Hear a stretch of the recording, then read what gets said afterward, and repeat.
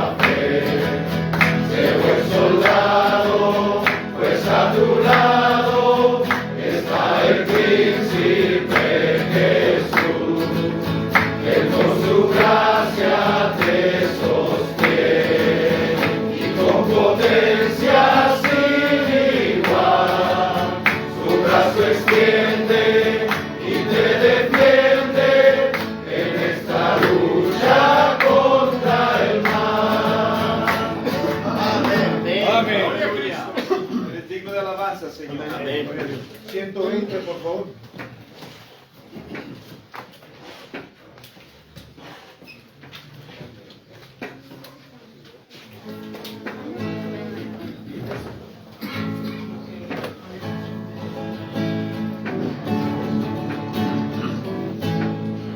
Maestros encrespan las aguas y ruge la tempestad. Los grandes abismos del cielo se llenan de oscuridad. No ves que aquí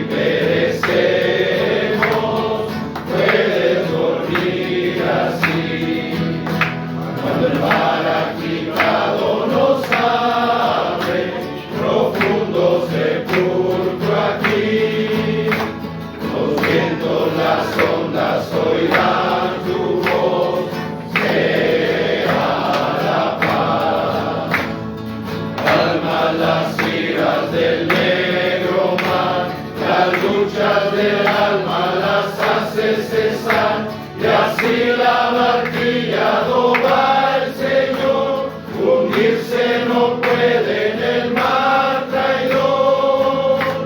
Doquier se cumple tu voluntad, sea la paz,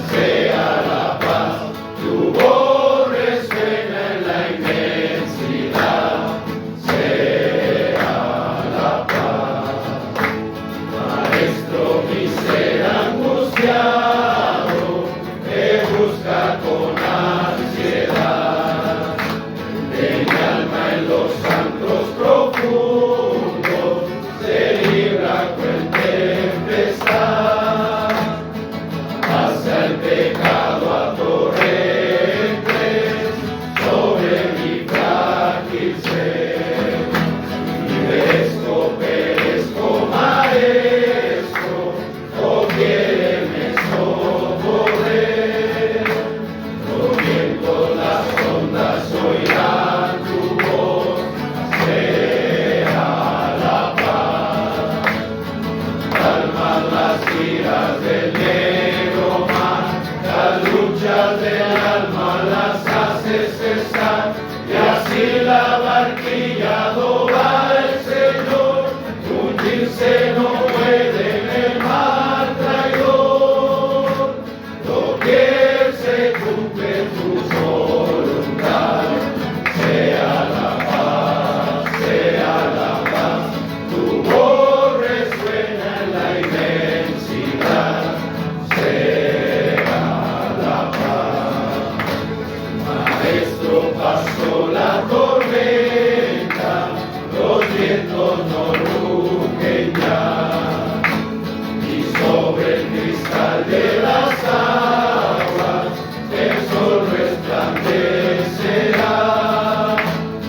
Maestro, prolonga esta calma, no me abandones más, cruzaré los abismos contigo, gozando bendita paz. Los vientos, las ondas oirán tu voz, sea la paz. Calman las iras del negro mar, las luchas del alma las hace cesar, y así la barquilla va el Señor, hundirse no puede en el mar traidor. Doquier se cumple tu voluntad, sea la paz, tu voz resuena en la inmensidad, sea la paz. ¿Sabes por qué tenemos esa paz de la que ahorita estamos alabando al Señor? Es porque Él está en todo momento con nosotros. Aún hasta cuando tengamos problemas, está con nosotros. Cuando estamos dormidos, está con nosotros. En cualquier situación, está con nosotros. Nosotros sí lo sabemos, por eso vamos a alabarlo con el himno número 27. Amén. Gracias al Señor.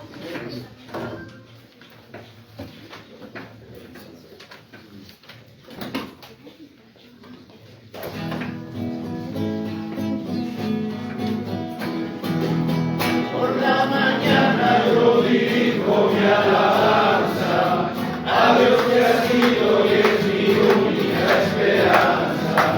Por la mañana yo le invoco con el alma y le suplico que me dé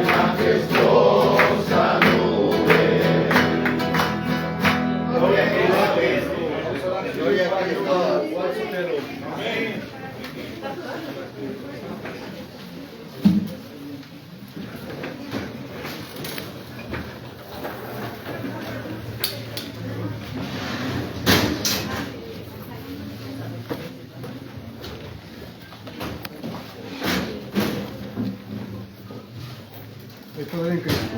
Amén. Amén. Buenos días, hermanos. Buenos días, hermano. Dios les bendiga. Amén. Gloria a Cristo. Vamos a abrir la Biblia ahí en Tito.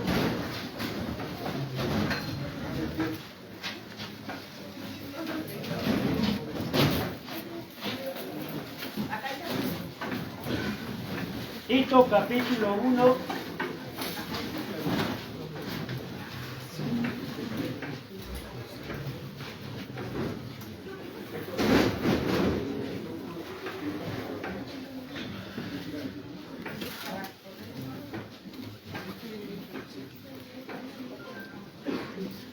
Me preguntaban en la casa de qué iba a hablar y les respondí, pues voy a hablar de lo mismo, de lo que ellos ya saben.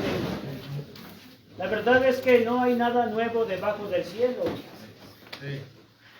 Todo lo que escuchamos, lo que vemos, o sea, todo es continuo. Aún la palabra de Dios ya nos ha sido revelada. No hay nada nuevo debajo del cielo, es cierto. Pero es importante, hermanos, recordar lo que ya sabemos. Amén. Yo no vengo aquí para traer algo nuevo. Quizás si tú vienes pensando en escuchar algo nuevo, solamente vas a escuchar lo mismo que ya has leído, que ya has escuchado o que ya te han enseñado. Lo importante es recordar lo que la Biblia dice. Amén. De hecho, dice el apóstol Pablo, dice, porque no les escribimos otras cosas de las que leéis y conocéis. O sea, no hay más que lo que ya está escrito. Y Pedro también amonesta diciendo, yo no dejaré de amonestarles de las mismas cosas que ustedes ya conocen. Dice aquí en Tito, capítulo 1, versículo 4, a Tito, verdadero hijo en la común fe, gracia, misericordia y paz de Dios Padre y del Señor Jesucristo, Salvador nuestro. Por esta causa te dejé en Creta, para que corrigieses lo que falta y pusieses ancianos por las villas, así como yo te mandé. Y empieza aquí el apóstol a tratar este asunto de mostrar los requerimientos para reconocimientos de ministros.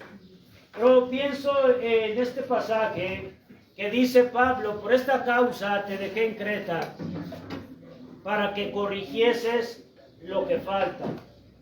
O sea, yo creo que cuando Tito estaba en esta iglesia, hermanos, él sabía sus deberes, pero cuando él recibe esta carta, lo primero que encuentra es, por esta causa te dejé en Creta. O sea, como que Pablo está recordándole a Tito el propósito por el cual él está encargado de esa comunidad, de esa iglesia.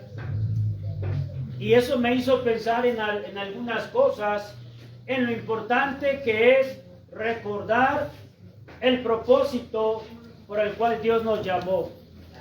Yo me dirijo más que nada a quienes han sido oficialmente reconocidos. O sea, yo creo que Dios nos ha colocado en cada una de las diferentes iglesias con algún propósito, con alguna razón, la cual nosotros no debemos olvidar. Yo pienso en la responsabilidad que Pablo está delegando a Tito, de decir, mira, yo te estoy dejando aquí para que corrijas. Ahora, corregir las cosas no es tan sencillo, no es tan fácil, porque esto habla de una grande responsabilidad. Estar al frente de una iglesia no es muy sencillo. Ahora que uno está al frente de la iglesia, se da uno cuenta de muchísimos problemas a los cuales uno debe saber qué hacer. Y muchas veces, hermanos, a veces nos relajamos solamente pensando que con dar un mensaje el domingo ya es casi toda la función, pero yo estuve analizando aún en el ministerio lo que yo he ejercido y pienso por ejemplo, el ministerio de la oración, hermanos. Nosotros los ministros somos responsables de estar orando por cada uno de los miembros de la iglesia. Todos los miembros funcionan de diferente manera y tienen problemas. Y necesitamos nosotros apoyarles en la oración. Cuando iban a reconocer diáconos, dice Pedro, no es justo que nosotros dejemos la palabra de Dios por atender a las mesas. Y cuando él dice, busquen 7 varones con ciertas características, dice después, y nosotros persistiremos en la oración. Yo creo que es bien importante la oración en la vida de un ministro, hermano. A veces nuestras oraciones se llegan a ser tan cotidianas y tan egoístas, que solamente estamos pidiendo por lo que nos va a beneficiar a nosotros.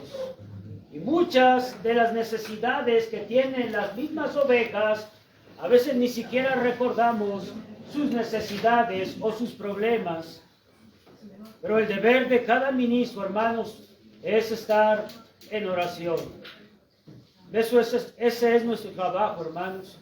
Estar rogando a Dios por la necesidad de cada hermano en la iglesia. En la iglesia, te digo, hay problemas. Siempre va a haber problemas. Hay hermanos que necesitan dirección, que tienen problemas y que quieren una solución. A veces nosotros queremos corregir las cosas bajo nuestro criterio y no bajo la base de la Biblia, y por eso hay desorden en las iglesias, por eso hay problemas. Pero hay hermanos o hermanas que se acercan a ti con ciertas inquietudes, ciertos problemas, y a veces ellos no saben qué hacer, y muchas veces decimos, pues pídele a Dios, ponte en oración, pero yo creo que este es nuestro trabajo, hermanos, dar una solución a ciertos problemas. Los que están fuera de nuestras capacidades, pues esos problemas son los que llevamos a Dios. Pero muchos de los problemas que algunos de los miembros están pasando, a veces es nuestro trabajo, hermanos, involucrarnos en esos problemas. Es más, debemos hacer esos problemas como nuestros y tratar de ayudarles. Hay otro tipo de problemas, hay hermanos con problemas o son problemáticos, a los cuales también debemos tener el valor para confrontarlos, hermanos, y no cerrar los ojos. A veces hay desorden en las iglesias y nosotros, por no tener problemas con ciertos hermanos, como que simulamos. Pero no debe de ser esto, hermanos. Yo creo que debemos corregir el desorden que hay. Dice Pablo, por esta causa te dejé en Creta. Y si ustedes leen la epístola, dice que habladores contumaces, que hablan cosas, dice, y mayormente los que son de la circuncisión. O sea, yo creo que es importante orar por estas cosas y tener también, hermanos, el discernimiento para con cada uno de los miembros, porque cada uno de los que Dios ha añadido a la iglesia tiene una función, es parte del cuerpo y tiene que desarrollarse espiritualmente para que funcione todo el cuerpo. Muchos de ellos necesitan dirección. Por ejemplo, los jóvenes a veces se dejan guiar mucho por las emociones, pero algunos de ellos sí tienen legítimas inquietudes sobre cómo servir a Dios. Y nosotros debemos discernir, hermanos, a qué le está llamando Dios, cómo trabajar con ellos, cómo orientarles, cómo poder encauzarles a que ellos puedan ser parte ya de tomar como un cierto ministerio. Igual cuando Pablo dice allí que los jóvenes, que las viejas, que los viejos sean templados, él está diciendo, mira, hay un desarrollo que se tiene que ordenar, y tú tienes que saber discernir a cada uno de ellos para saber colocarlos.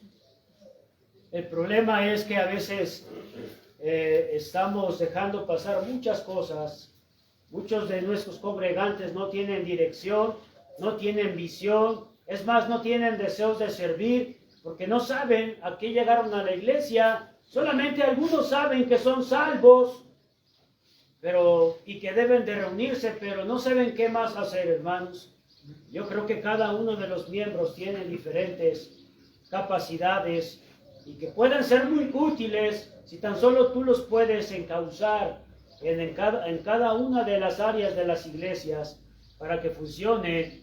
Tú como ministro no puedes hacer todas las cosas, por eso Dios ha dado abundancia de hermanos para que cada uno desarrolle las cosas. Ahora dice aquí en el versículo 2:7, capítulo 2:7, dice: mostrándote en todo por ejemplo, en buenas obras, en doctrina, haciendo ver integridad y gravedad. Yo pienso en la responsabilidad, hermanos, no solamente de enseñar, de encauzar estas cosas, sino lo más esencial es el ejemplo. Mostrándote en todo, dice, por ejemplo. Y ahí es donde quizás muchos de nosotros estamos fallando, hermanos, porque ¿sabe que los congregantes quieren ver que seas ejemplo? Ellos quieren leer lo que la Biblia dice en tu persona. Sobre todo porque estamos al frente. Cuando nosotros nos paramos a compartir, mira, es fácil compartir, es fácil trazar mensajes y darles, pero ellos quieren ver si tú los aplicas a tu vida. O sea, son los buenos ejemplos, hermanos, los que nos van a hacer creíbles. Tú puedes dar un buen consejo, pero si no tienes respaldo, de nada sirve tu consejo. Muchos de nuestros mensajes son sermones que se los lleva el viento. Son como golpes inciertos. Pueden ser muy buenos, hermanos, pero si no hay un respaldo, un ejemplo, créeme, pues no llega a mucho. Son los buenos ejemplos, hermanos, los que nos hacen creíbles, confiables, los que incitan a que otros hagan las cosas que tú estás diciendo. Usted tiene una cierta autoridad que Dios le puso para traer un orden a la iglesia, pero esa autoridad a veces es menospreciada, no es respetada porque no tienes un respaldo, como dice allí en el versículo en el 15, esto habla y exhorta y reprende con toda autoridad, nadie te desprecie. Yo no sé si usted se ha sentido menospreciado en su autoridad, que tú dices algo, pero a nadie le importa lo que estás diciendo, porque tú no tienes ese testimonio que respalda lo que tú estás diciendo. Por ejemplo, hermanos, cuando uno comparte, nosotros somos los blancos, los que estamos al frente, pero no solamente nosotros, sino también la esposa, los hijos, y yo creo que ahí es donde debemos trabajar con ellos. Yo pienso, si hay desorden en nuestra propia familia, pues vamos a ser muy débiles, hermanos, para ministrar en la iglesia. Es nuestra primer base donde debemos ser ejemplos, es con nuestra familia, es a ellos a quien debemos ganar, es con los que debemos trabajar. Es más, son ellos los que te conocen mejor que la iglesia. En la iglesia tú te paras el domingo y hablas bonito, pero en la semana los que te observan, los que conocen tu vida, son tus hijos, son tu esposa, y puede ser que mucho de lo que tú digas el domingo, ni tu propia familia se lo está creyendo, porque ve que tú no lo estás viviendo. Y eso a veces llega a suceder, que no somos nosotros ejemplos en esta parte. Y pienso también en esa otra parte cuando predicamos en la iglesia o cuando tratamos problemas ajenos, o en este caso con problemas de hermanos, y somos a veces tan duros, hermanos, para juzgar el pecado de otros.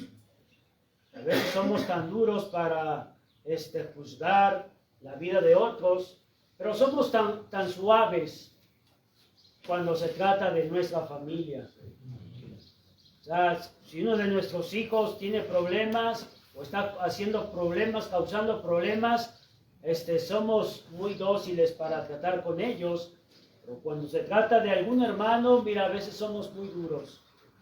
Y esto no es justo, porque esto no nos hace después ser íntegros, hermanos. Y dice aquí que tú tienes que hacer ver integridad. Entonces yo creo, hermanos, que es importante tener, ser ejemplos en todo lo que hablamos o decimos. Déjame ver el tiempo. Tengo algo de tiempo. Pues yo creo, hermanos, que algunos de algunos de los problemas que llegamos a tener como ministros sobre la iglesia es que nosotros no estamos haciendo el trabajo bien. Por ejemplo, hermanos, no sé si tú te has preguntado a veces por qué la iglesia no crece, o por qué está estancada, o por qué nos llenamos de niños canosos solamente, por qué no estamos avanzando, llevando el evangelio más lejos, por qué no hay hermanos con deseos de servir. La iglesia tiene suficientes varones, pero siempre la carga lo llevan unos cuantos. Y cuando yo pensaba en esto, digo, estoy haciendo mal mi trabajo. Porque mi deber es incitar a estos hermanos, encauzarles a que hagan el trabajo, a que hagan las cosas. Muchos de ellos, te digo, se sienten como inútiles. Pero no es porque lo sean, es porque nosotros no les estamos dando dirección a ciertos hermanos, o tenemos ciertos favoritismos, porque al que me cae bonito, a ese sí le doy prioridad, hasta para que predique en la iglesia, trato de darle que él se desarrolle, pero esto no es lo que dice la Biblia. Dice aquí el Tito, dice lo que estábamos leyendo, dice, ¿cómo se hace uno viejo y uno tiene que necesitar lentes? Dice, a Tito, verdadero hijo en la común fe, gracia y misericordia y paz de Dios Padre y del Señor Jesucristo, Salvador nuestro. Por esta causa te dejé en Creta para que corrigieses lo que falta y pusieses ancianos por las villas, así como yo te mandé, el que fuere sin crimen, marido de una mujer, que tenga hijos fieles, que no estén acusados de disolución o contumaces, porque es menester que el obispo sea sin crimen, como dispensador de Dios, no soberbio, no iracundo, no amador de vino, no heridor, no codicioso de torpes ganancias, sino hospedador, amador de lo bueno, templado, justo, santo, continente, retenedor de la fiel palabra, que es conforme a la doctrina, para que también pueda exhortar con sana doctrina y convencer a los que contradijesen. Yo recuerdo, hermanos, cuando estaba siendo probado para el ministerio, yo leía, por ejemplo, estos versículos para tratar de regular mi carácter y ver qué podía corregir, en qué estaba aquí mal. Y es es algo cotidiano que tú tienes que hacer como un hábito, cambiar muchas cosas que están mal en uno. Y miras la primera carta a Timoteo, también algo similar a lo que está diciendo aquí. Y tratamos de reunir estas ciertas características, porque uno tiene deseos de servir a Dios, uno quiere agradar a Dios, y después, hermanos, uno es reconocido y uno sigue ahí firme, pero pasa el tiempo, hermanos, mucho de lo que leímos aquí acerca de estas características de los ancianos, muchas de estas cosas empezamos con el tiempo a perderlas, porque empezamos a hacernos soberbios. Dice aquí que no debe de ser soberbio, y empezamos a ser soberbios, empezamos a hacer las cosas bajo nuestro criterio.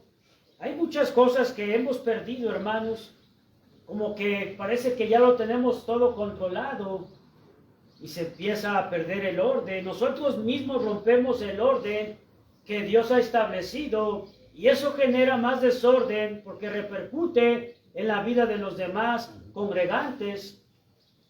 Yo no sé si hasta ahorita tú todavía eres grave como pastor, como evangelista o como diácono. Si todavía miras las cosas con gravedad, si todavía ves el pecado con gravedad, si todavía ves los problemas de la iglesia como tuyos, si todavía sientes la caridad que Dios demanda para con la iglesia, o ya hay muchas cosas que ya no nos importan, que lo haga otro, como por ejemplo perder el amor, el afecto, aún para llegar a estas reuniones, hermanos. Jesucristo dijo que en los negocios de mi Padre me conviene estar. Estos son sus negocios, hermanos. Te digo, yo no te estoy tratando de darte nada nuevo, hermanos. Esto es lo que muchas veces tú ya has leído. Tú ya te lo han dicho, tú mismo lo has enseñado. Pero debemos ser ejemplos, hermanos. Si queremos que en la iglesia donde ministramos tengamos paz y haya un orden y crezca la iglesia, somos nosotros los primeros que debemos ser ejemplo en todas las cosas. Amén. Amén. Gloria a Dios. Hermano Pedro Arenas.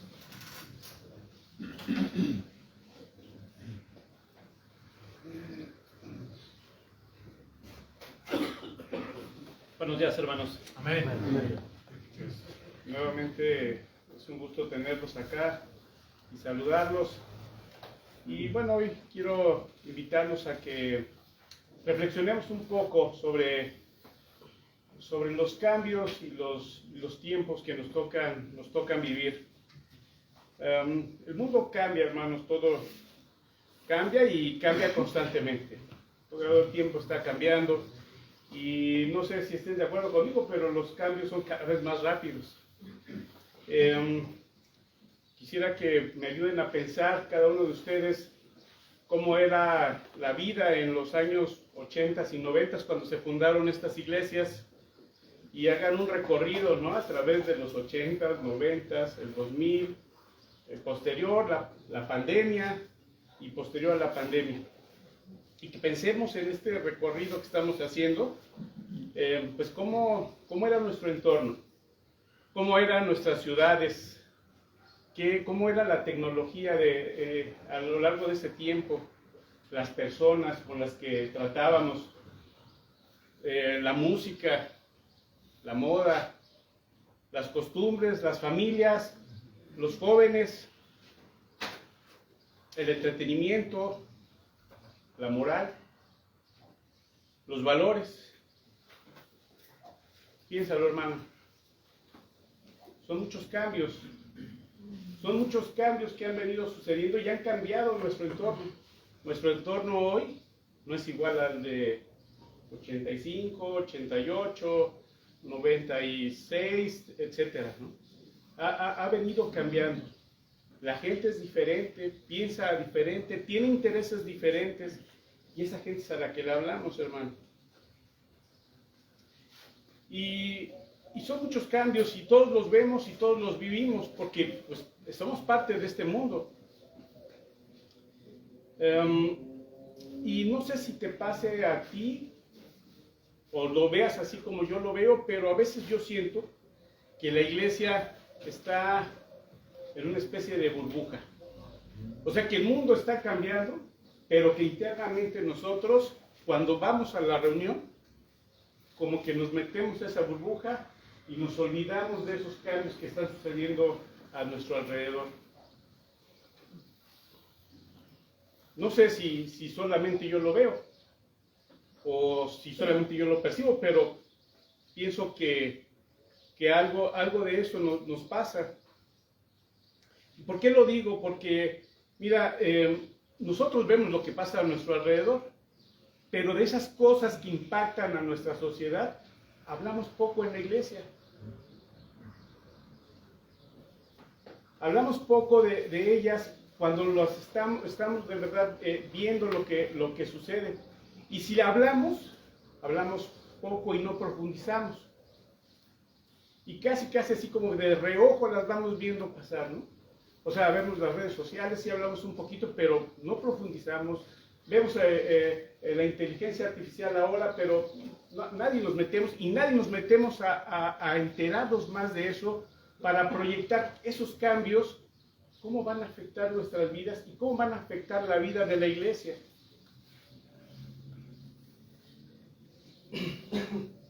Y sabes que, hermano, algo que tenemos que considerar es que esa burbuja en la que nosotros nos metemos cuando llegamos a la iglesia no está blindada. No está blindada la burbuja. ¿Por qué? Porque nosotros mismos no estamos blindados, hermano. O sea, y nosotros somos los que formamos la iglesia. Por lo tanto, la iglesia no está blindada a los cambios. Está expuesta. Y es influenciable de todos esos cambios. Somos parte de una sociedad y interactuamos con ella. O sea, en la iglesia, cuando estamos en la reunión, pues quizás se nos olvida en ese pequeño momento que todos los demás días de la semana vamos a trabajar, vamos a estudiar, tenemos vecinos, tenemos que hacer nuestras compras y tenemos esa interacción con la sociedad. Entonces, hermanos, pues aunque bueno, y además no, sin dejar de omitir que los medios de comunicación y las redes sociales, pues todos estamos expuestos, ¿no? El Señor Jesucristo dijo que no somos del mundo, pero también dijo que estábamos en el mundo. Así es que, pues ese es el lugar donde debemos estar. Además también dijo que debemos ser sal y luz de este mundo. Entonces, hermanos, por así decirlo, no podemos desentendernos del mundo. No podemos vivir en esa burbuja. Pues tenemos que hacer un trabajo, ¿no? Un trabajo que el Señor Jesucristo nos ha encargado. Amén. Pero también, hermanos, tenemos que ser cuidadosos, porque como no somos del mundo, debemos de cuidarnos de no adoptar y de hacernos como el mundo, ¿no? Entonces es un tema que tenemos que tener cuidado. Romanos 12:2 nos dice, no os conforméis a este siglo. Es decir, que no nos hagamos de la forma del mundo, ¿no? Entonces, hermanos, yo pienso que tenemos que ser más observadores de lo que pasa en el mundo, porque pues es aquí donde tenemos este trabajo que el Señor Jesucristo nos mandó, y es aquí donde vivimos, y es aquí donde tenemos que cuidarnos de estas cosas, ¿no? Entonces, hermanos, lo que pasa en el mundo, lo que pasa en la sociedad, sí importa, y sí nos afecta, y no, como dijimos, no estamos blindados. Hermanos, ¿quién gobierna el mundo? Satanás, vuestro adversario el diablo, cual rugiente anda alrededor buscando a quien devore. Hermanos, los que estamos aquí, sobre todo, hermanos, los que tienen un ministerio, pero no solo ellos, tienen una responsabilidad, o tenemos una responsabilidad de esto. Tenemos aquí, hermanos, tenemos pastores, tenemos ancianos, tenemos diáconos, evangelistas, pero no solo eso, hermanos, tenemos padres de familia, tenemos esposos, y todos nosotros tenemos una posición de liderazgo. Y los que son solteros y no la tienen ahorita, pues prepárense porque la van a tener. Y más vale que veamos qué está pasando, hermanos. Ignorar lo que pasa en el mundo y no discernir sería negligencia, hermanos. Y eso es pecado. Y sabes que vamos a dar cuentas al Señor por eso. Así es que, hermanos, tenemos que ser entendidos de los tiempos. Vamos a leer ahí en Crónicas, primer libro de Crónicas 12:32.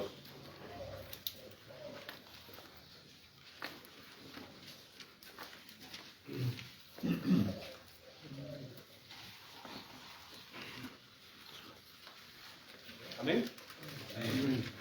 Dice, y de los hijos de Isaacar, 200 principales, entendidos en los tiempos, y que sabían lo que Israel debía hacer, y cuyo dicho seguían todos sus hermanos. Este capítulo 12 del libro de Crónicas nos relata a hombres de guerra que se unen a David, ¿no? Después de que él ya murió Saúl, y estos hombres vienen aquí a demostrarle su lealtad y a reconocerlo ya como el rey de todo Israel. Y se reúnen allí en Hebrón, y vemos cómo llegan miles de soldados. Me sorprende cómo habla la Biblia, y ahorita que cantábamos, hombres valientes, armados, con lanzas, escudos, dispuestos a pelear, dice sin doblez de corazón, Y pues mira, yo se la suma, me salieron 338,122 hombres que fueron ahí. Yo creo que ni siquiera en la Plaza Roja, en los tiempos del la URSS, ¿no? Pasaban esos desfiles con 338,000 soldados marchando ahí, manifestando su lealtad, en este caso al rey David, pero obviamente al Señor, ¿verdad? Porque él fue quien lo puso. Pero esto contrasta con el versículo que acabamos de leer, porque de esta tribu de Isaacar solamente son 200 hombres, y que además no son soldados.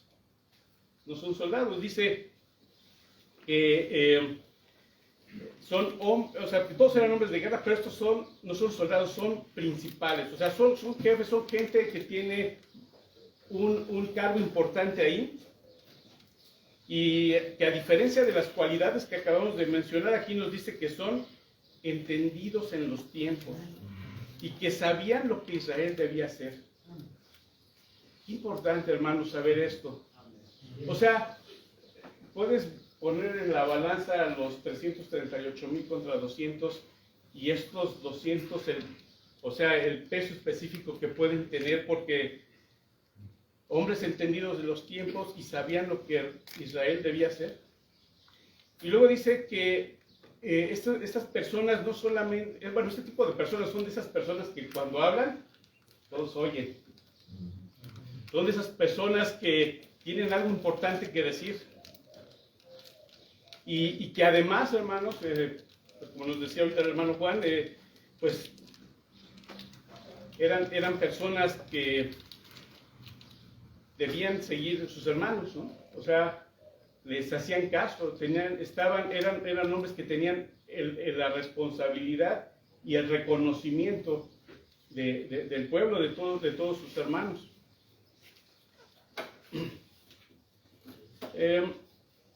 Estos hombres eran hombres sabios que podían entender lo que estaba pasando, ¿no?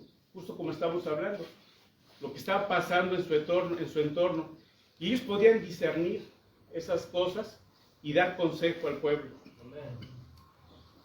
Ellos podían entender las circunstancias que enfrentaba Israel, y el pueblo les hacía caso. Y pues estos hombres, esto es lo que iban a aportarle al rey David: su discernimiento, su entendimiento y su sabiduría. Ahora, ¿tú crees que esto es valioso para un rey? Por supuesto que es valioso, ¿verdad? Sin duda. Y en nuestros tiempos requeriremos algo así en la iglesia. Yo estoy seguro que sí, hermanos. Hay muchos acontecimientos, como dijimos, que nos suceden.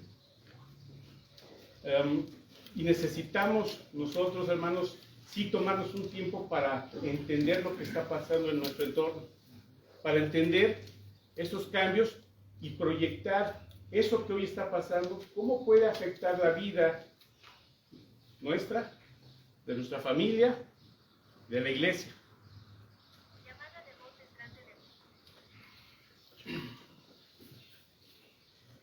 Estos hombres decían a Israel lo que debía hacer Israel, el pueblo.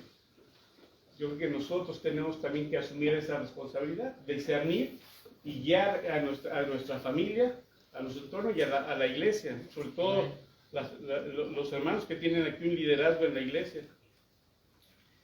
Así que en medio de este mundo, hermano, que cambia tan aceleradamente, que cambia tan rápido, tenemos que darnos ese tiempo para pensar. Mira, yo pensé en algunos problemas, pero seguramente ustedes ahorita van a pensar en otros más. Solamente quiero mencionar algunos. ¿Qué hay de las adicciones? Pero no solamente del alcohol y de las drogas, que todos sabemos, y quizás tienes algún caso cercano. ¿Qué hay de la adicción, por ejemplo, al celular o a las pantallas? ¿Eso cómo está afectando a la iglesia? ¿Qué hay? ¿Has escuchado hablar del scroll infinito? Es eso que haces en el TikTok cuando estás, pasa un video, pasa otro video, pasa. ¿Y cuánto dura? ¿1 minuto, 2 minutos, 3 minutos? ¿Y cuánto tiempo podemos estar en eso? nos hace adictos. ¿Sabes que eso genera dopamina en nuestro cerebro que nos da una satisfacción inmediata? Y es algo parecido a lo que hacen las drogas. ¿Eso cómo afecta a la iglesia? ¿Qué hay de la adicción a la pornografía? ¿Qué tanto hablamos de eso, hermanos? Yo leía que 54% en un estudio de Barnes, o no me acuerdo cómo se llama la página que saca algunas estadísticas de los Estados Unidos, dice que 54% de los hombres cristianos consumen pornografía. ¿Qué hay del manejo de las redes sociales? ¿Qué hay de los temas de ideología de género y del feminismo y de ahora la contraparte esto de los machos alfa? ¿Cómo pues estamos expuestos a eso? La gente de nuestras iglesias, nuestros jóvenes están expuestos a eso. O sea, estamos considerándolo, estamos siendo entendidos de los tiempos. Hermanos, ¿qué hay también de este mundo que nos exige productividad y que nos exige compromiso y responsabilidad, pero que por otro lado, ¿ha escuchado del burnout? O sea, esto es de quemarse, de agotarse en el trabajo hasta el punto de padecer enfermedad por esto. O sea, las personas que están con nosotros están expuestas a estas cosas, hermano. Nosotros mismos, los pastores, a veces cuando llevan esta carga y no ayudamos nosotros como miembros, los pastores pueden quemarse también. Hermanos, que hay, le mencionaba hace rato del acompañamiento a los jóvenes. A veces, hermanos, no sabemos de nuestros jóvenes sus inquietudes, cuáles son sus dudas, por qué se van de la iglesia, por qué queremos hacer, por qué reaccionamos hasta que ya no van, hasta que viene la mamá de alguien a decir que si pueden hablar con su hijo, ¿no? El pastor puede hablar con, ya no quiere venir. Pero antes, ¿qué hacemos? ¿Cómo nos preocupamos nosotros porque los jóvenes se sientan integrados en la iglesia y no rechazados? Que se sientan parte de la iglesia, no solamente, digamos, de un grupo, sino que la iglesia los aprecia, que se interesa por ellos, que las actividades que hacen son importantes. De sus dudas, están expuestos en las escuelas, la prepa, desde la prepa, quizás desde la secundaria, a teorías que les empiezan a meter dudas. Y sabes que las dudas son válidas, hermano, porque las dudas, cuando las aclaramos, nos confirman. Tenemos respuesta para eso, hermano. La palabra de Dios nos da respuesta para eso. Pero ¿qué tanto estamos estudiando nosotros y preocupándonos para poder dar respuesta a esas cosas? No sé si has escuchado, pero la población soltera en el mundo está aumentando. Es decir, se están casando menos. ¿Eso cómo va a afectar a la iglesia? Muchas personas con las que yo hablo fuera de la iglesia no tienen interés en casarse. Ayer hablaba con uno. No tienen interés. ¿Para qué me caso? Mira, la verdad es que ahorita me va muy bien, puedo viajar a donde yo quiera, nada más de pensar en las colegiaturas de los hijos. O sea, no, ¿sabes qué? Estoy bien con un perro o un gato. ¿No? Sí. Pero eso está pasando, hermano. Y sabes que esas cosas, con esas personas, conviven nuestros jóvenes, en el trabajo, en la escuela. Sí. ¿Y qué tanto pueden influirlos? ¿Qué hay de las menores tasas de natalidad? Aún los que se casan no quieren tener hijos.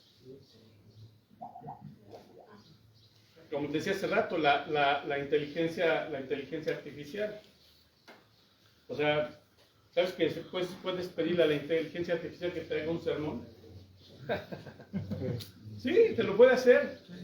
Tú le puedes decir, mira, házmelo así, y te va preguntando, y tú le vas diciendo, no, mira, yo,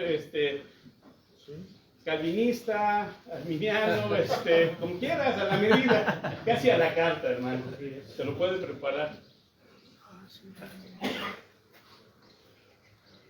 ¿Cómo estamos nosotros preparándonos para guiar a la iglesia con estos temas? Tengo un ejemplo, pero ya se me está acabando el tiempo. Yo solamente lo voy a mencionar muy rápido. El tema yo tengo un tema que a mí, dentro de muchos que me preocupan, como eso que les acabo de decir, hay uno que particularmente me llama la atención y es el tema de la educación. De la educación en la escuela. ¿Sabes que en nuestro país y en toda Latinoamérica tenemos un índice muy bajo de comprensión de lectura? Sí, estamos enterados, todos están enterados de esto. ¿Eso crees que afecta a la iglesia, hermano? Hermanos, somos el pueblo del libro. Y si no podemos entender lo que leemos, ¿cómo crees que esto afecte nuestra vida espiritual? La vida espiritual de los miembros de nuestra iglesia. Porque esas personas que están en la estadística que yo leí que más o menos de tercero y secundaria, solamente el 30% de los jóvenes, digamos que entienden lo que leen. El otro 70% no. Y esas personas, es un reflejo, ¿no? O sea, no es que nada más pase en ese grupo, es un reflejo de la sociedad. Y esas personas son las que se sientan el domingo en la iglesia. ¿Cómo crees que puede ser su crecimiento espiritual si no entienden lo que leen? Como el etíope, ¿no?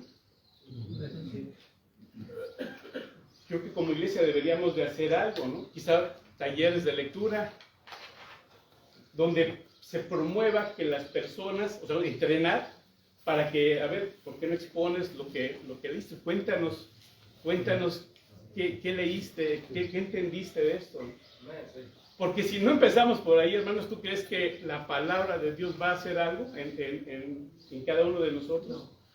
Y podemos decir, no, el Espíritu Santo. O sea, sí, hermanos, pero hay que ser intencionales. O sea, tenemos que ser intencionales. Esdras fue intencional. Felipe con el etíope fue intencional.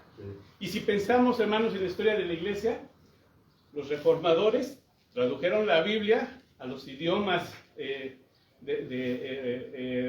comunes, ¿no? Los idiomas vernáculos. Y luego enseñaron a leer a la gente, porque casi nadie sabía leer en ese tiempo. Pusieron escuelas y enseñaron a leer. Y el Espíritu Santo actuó en cada caso.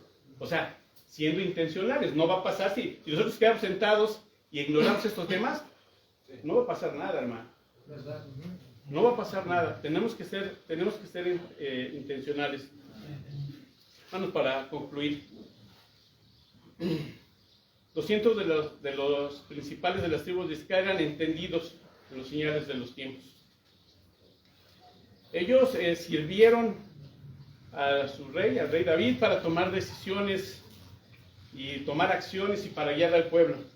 La iglesia de igual manera necesita que sus líderes estén al tanto de lo que suceda. Necesita líderes que sean entendidos de los tiempos, de lo que sucede en la sociedad, y para guiar a la grey a cómo responder a estos cambios y a los retos que nos ponen estos cambios. También, hermanos, necesitamos entender que los tiempos cambian continuamente, que las personas cambian, que nuestro entorno cambia, pero ¿sabes qué? La palabra de Dios permanece. Amén. La palabra de Dios es la roca a la que nos debemos de aferrar, hermanos, en medio de la turbulencia y los cambios de corriente que tiene este mundo. Piénsalo, hermano, en toda esta turbulencia, en todos estos cambios. O sea, qué gratificante y qué esperanzador es tener algo firme a lo que nos podemos aferrar. Y eso es la palabra de Dios. Amén. Hermanos, ante todos estos retos que enfrentamos en nuestros tiempos, los cristianos tenemos las respuestas, hermanos. Pero necesitamos conocer las preguntas. Eso es lo que necesitamos conocer. Seamos entendidos en los tiempos. Que la gloria sea para nuestro Señor. Amén. Tiempo del hermano Omar.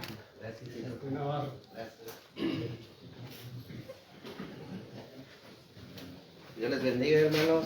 Amén. Le doy gracias a Dios la oportunidad que me da de hablar delante de ustedes. Para mí es un privilegio, es un honor que Dios me permita esto, hermanos.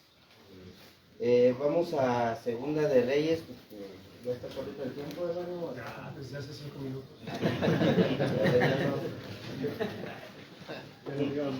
Segunda de Reyes, capítulo 6. También gracias por los hospedajes que nos dieron a toda la iglesia de Querétaro, hermanos. Capítulo 6, versículo 24.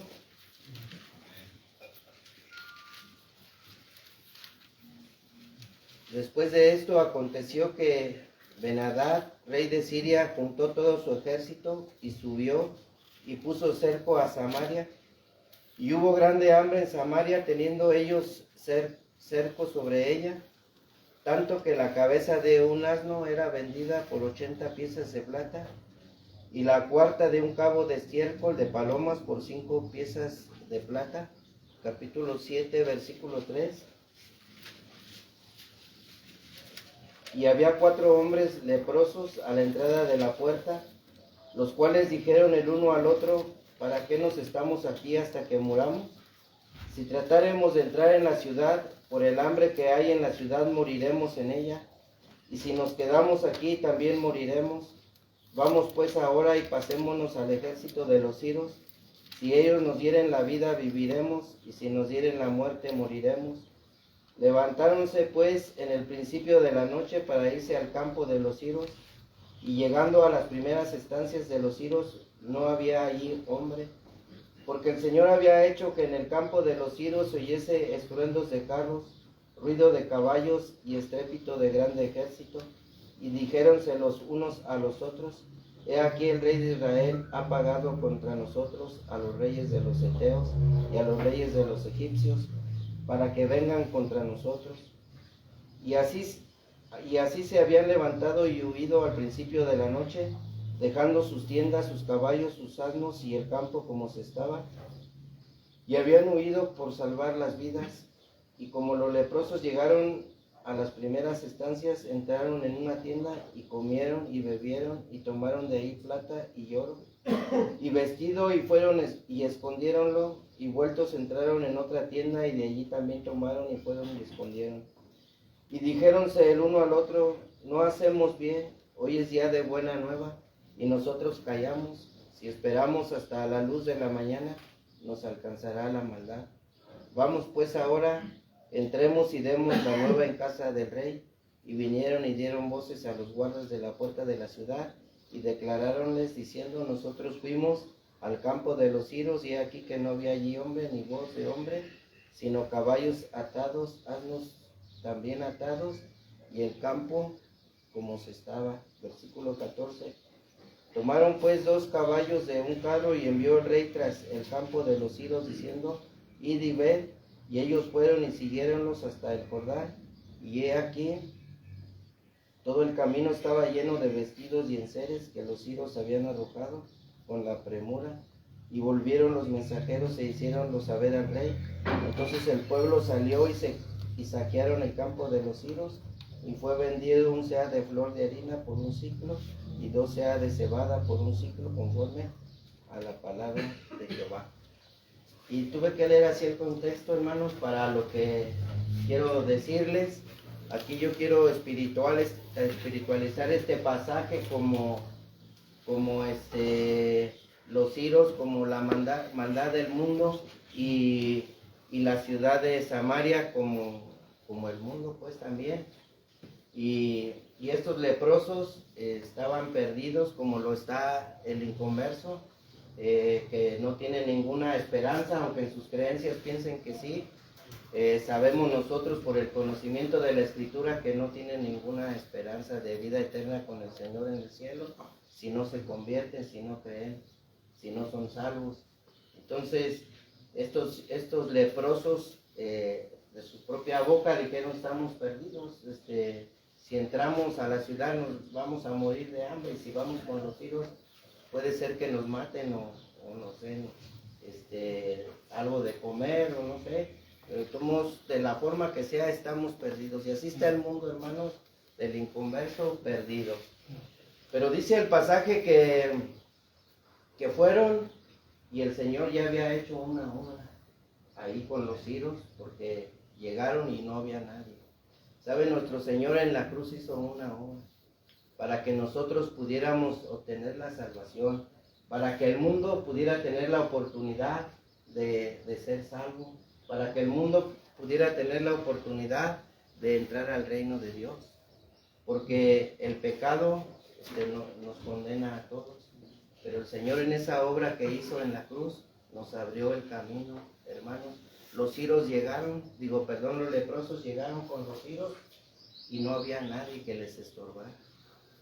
También el Señor Jesucristo pagó por nuestros pecados en la cruz todo lo que se necesitaba, para que a ti y a mí no nos costara nada, para que a todo el mundo no le cueste nada la salvación y pueda entrar libremente al cielo. Estos hombres llegaron allí y encontraron comida, encontraron ropa, encontraron todo lo que necesitaban y mucho más. Y es lo que nosotros encontramos también, hermanos, cuando fuimos salvos de parte del Señor. El Señor nos dio todo, encontramos todo. Y dice la Escritura que el Señor multiplicó los panes y hasta sobró. La Escritura dice que el Señor Él es el un pan de vida. Y alcanza para todos, alcanza para todo el mundo y más. Entonces estos hombres así encontraron estas cosas y dice que se llenaron, que comieron y hasta guardaron cosas. Y nosotros así recibimos el Evangelio, hermanos. Nos hartamos de Él. No nos pidió nada de Dios. Pero con el paso del tiempo el Señor nos dio un crecimiento espiritual en el cual nosotros entendemos y conocimos el mandamiento de Dios de llevar el Evangelio a todo el mundo. Y así nos lo enseñaron y así lo seguimos haciendo. Entonces estos hombres, fíjense lo que dice en el versículo 8 del capítulo 7, dice: y como los leprosos llegaron a las primeras estancias, entráronse en una tienda y comieron y bebieron. Eso fue lo que nosotros hicimos con el alimento espiritual. Y tomaron de allí plata y oro y vestido y fueron escondidos y vueltos. Entraron en otra tienda y de ahí también tomaron y fueron y escondieron. Tenían superabundancia. En la ciudad se morían de hambre. Si ustedes leen el contexto, si se acuerdan, estaban comiendo ya hasta los hijos, unos a otros, y todo estaba carísimo. El estiércol de una paloma, carísimo. La cabeza de un asno, carísimo. Y no había, aunque tuvieras dinero, se estaban muriendo de hambre. La gente llegaba con el rey y le pedían de comer y dice: no tengo nada, no puedo hacer nada por ti. Vean la necesidad tan grande del mundo del Evangelio. Y entonces ellos llegaron y encontraron y comieron, se hartaron y dijeron en el versículo 9, y dijéronse el uno al otro: no hacemos bien y hoy es día de buena. Y nosotros callamos, o sea, se estaban criticando, nosotros callamos. Y si esperamos hasta la luz de la mañana nos alcanzará la maldad. Vamos pues ahora y entremos y demos la nueva en la casa del rey. Vamos pues ahora. Como decía Fox, hoy. Y ellos se dieron cuenta que no era justo, que ellos tuvieran todo y encontraron todo y se hartaron y los demás muriéndose de hambre. No es justo, hermanos, que nosotros tengamos el Evangelio, la palabra de Dios que da vida eterna y no la proclamemos. Hay muchas iglesias de otras denominaciones, incluso hasta iglesias de nuestras mismas enseñanzas, que muchos no predican ningún día de la semana. O nada más va el pastor y algún que otro hermano. Pero los demás no hacen nada respecto al Evangelio. Y yo sé que ir y predicar en las calles no es fácil, hermanos. Nos da miedo. Que salga alguien que sepa más que tú. que salga alguien más que te dé la vuelta, que te insulte, que te golpee. Nosotros en Celaya, yo soy de Celaya, cada primer domingo del mes como iglesia salimos a predicar a las colonias. Hace el mes pasado a otro hermano y a mí nos golpearon, gloria a Dios, pero seguimos adelante. Humanamente tenemos miedo de hacerlo, hermanos, es la verdad, pero es un mandamiento, es un deber de partir ese alimento a los demás, es un deber de nosotros llevar la buena nueva inmediatamente a la voz de Yahweh. Si tú como ministro, como predicador de la calle lo haces, gloria a Dios, pero no nada más debemos de ser los que estamos aquí, debemos de ser, cada miembro de tu congregación lo tiene que hacer. Y sabes, esa es una responsabilidad del ministro también, enseñar a la congregación a realizar esa labor que dejó Dios, de ir a evangelizar. En nosotros cae mucha responsabilidad como ministros de si lo hacen o no lo hacen, porque muchas veces los hermanos como que primero son todas las cosas que tienen que hacer en lo particular, en el mundo o en lo material, y si les queda tiempo, Dios, es la verdad, hermanos. Yo ahorita escuché cómo el hermano Juan y también el hermano Arenas hablaban de cómo conocemos lo que dice la Escritura. No hay nada nuevo, dijo el hermano.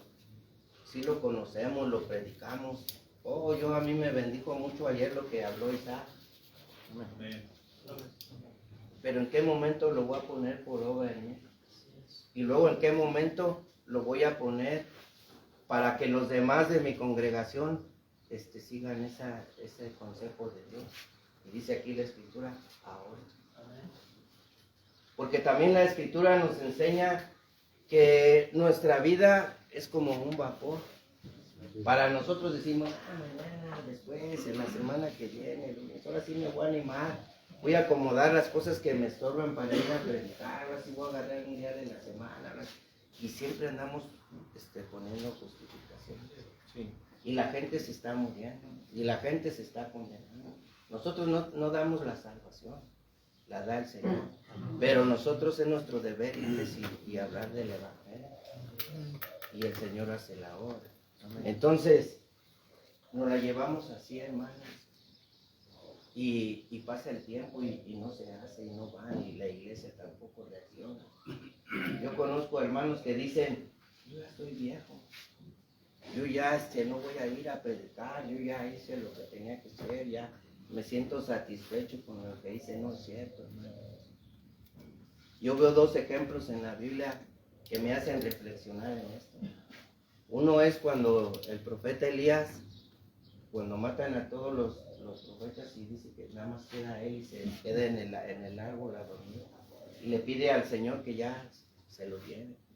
¿Y qué le respondió el Señor? Estás mal, todavía tienes trabajo, todavía tienes chamba, allá hay unos que no han doblado rodillas a la... O sea, según él ya. Pero Dios le dijo, no, tienes chamba. Y el otro ejemplo es Moisés. A Dios sí lo llamó a Moisés y le dijo, mira esto, que tú ya vas a dormir con tu padre. O sea, es Dios el que decide cuándo. Y yo entiendo que mientras Dios nos tenga con vida aquí en este mundo, tenemos ese deber. De una manera o de otra tenemos ese deber de ir a proclamar el Evangelio, la gran comisión, lo que corresponde que tengamos que hacer. Pero aún como ministros, todavía es más responsabilidad enseñar a nuestros hermanos, a nuestra congregación, a que hagan la obra. A que ya dejemos a un lado tanto pretexto, tanta justificación. Sí hay ocasiones que sí te impide ir o nos impide quizás, pero no siempre, pero no cada ratito. Hermanos, nosotros en Celaya nos congregamos los miércoles y los domingos. Y yo les digo a los hermanos allá, hermanos, es mucha coincidencia que los miércoles te tocó trabajar, estás enfermo, tienes una necesidad, tienes un problema. O sea, exactamente los miércoles y los domingos. Algunos a veces, algunos otras veces el otro día. No, hermanos. Tenemos que mentalizarnos que debemos estar ahí. Amén. Que debemos, como ahorita dijeron, escuchar los mensajes, pero que no se nos olviden, hermanos. Tú pregúntale a un hermano qué se predicó la semana anterior y no se acuerda. Mucho menos ponerlo por obra en su vida. Y por eso las iglesias estamos así, como apagadas, como dormidas, porque escuchamos y no sabemos. Y no hacemos, tenemos que hacer algo. Y los primeros, como ahorita dijeron, el ejemplo es el ministro. Y entonces nosotros tenemos que cumplir con esta misión que el Señor nos dejó. Es la principal de todas. Todo lo que han hablado, todo está bien y así debe de ser. Pero esta es una de las principales, hermanos. Y mientras tú y yo tengamos vida, debemos de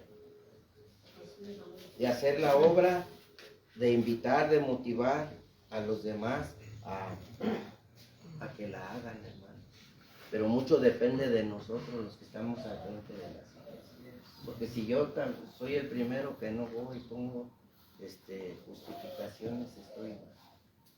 Y bien dijo el hermano, aquí somos un ejemplo y todos se fijan. Muchas veces ven tus errores. La Biblia dice que una nube de ojos, de testigos están sobre nosotros. Los hermanos en la congregación también. Y te ven tus fallas, tus errores, o ven nuestras fallas, nuestros errores, y no nos dicen nada, se los guardan. Por respeto, por lo que tú quieras, no te dicen. Pero si un día tú le dices, hermano, te exhorto, te invito, de la manera que le digas a que cumpla, y tú tampoco. Tú también haces esto, o tus hijos. Entonces dijo Dios que pongamos la mirada en el autor y consumador de la fe. Ese sí no falla. Pero también nosotros no podemos tomarlo de ahí para decir, pues soy humano, yo también fallo, sí, también fallamos. Pero se ve el esfuerzo de cada quien. Como dijeron, se ve el testimonio, se ve esa voluntad de hacer las cosas. No todo sale como queremos, pero se intenta, se esfuerza. Y además tenemos a Dios, al Espíritu Santo, el que nos acompaña, el que está con nosotros, el que nos guía. Y hermanos, no debemos dejar. Yo veo muchos ejemplos muy buenos desde hace años en estas iglesias. El esfuerzo que hacen muchos. Y yo platicando con un hermano antes de hoy, o sea, más temprano, yo le decía, hermano, cuando tú escribes en el grupo de predicadores, el que le digo, yo alcanzo a ver tu fe, la manera en que escribes y pones las cosas, y la gloria sea para Dios, no para el hermano, pero tu fe que yo veo en lo que escribes ahí me motiva. Y esa es la motivación que todos necesitamos dar en nuestras congregaciones, hermano, para que hasta de verdad el día que Dios diga hasta aquí, o sea, hasta aquí, y si no ve camino por ahí. El apóstol Pablo también lo anunció, ¿no? También él dijo, ya les he enseñado todo lo que tenía que enseñar, ya corrí la carrera, él ya sabía que ya el Señor lo iba a recoger. Nosotros no sabemos, pero mientras tengamos vida, hermanos, tenemos ese deber. Y si eres ministro, otro deber extra de enseñar y guiar a tu iglesia a ir a predicar. Que Dios te bendiga. Amén. Hermanos, nuevamente les vamos a pedir ayuda. Vamos a poner las mesas para el almuerzo. Y si podemos extendernos un poquito para allá.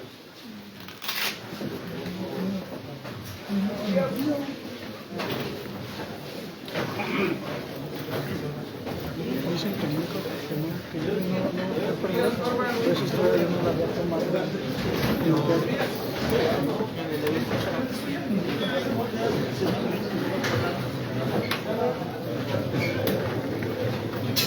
No, Tereso. Hola, hermanito.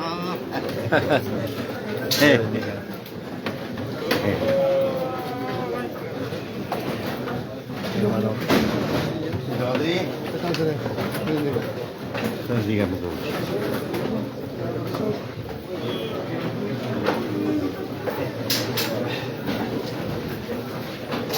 hermanos.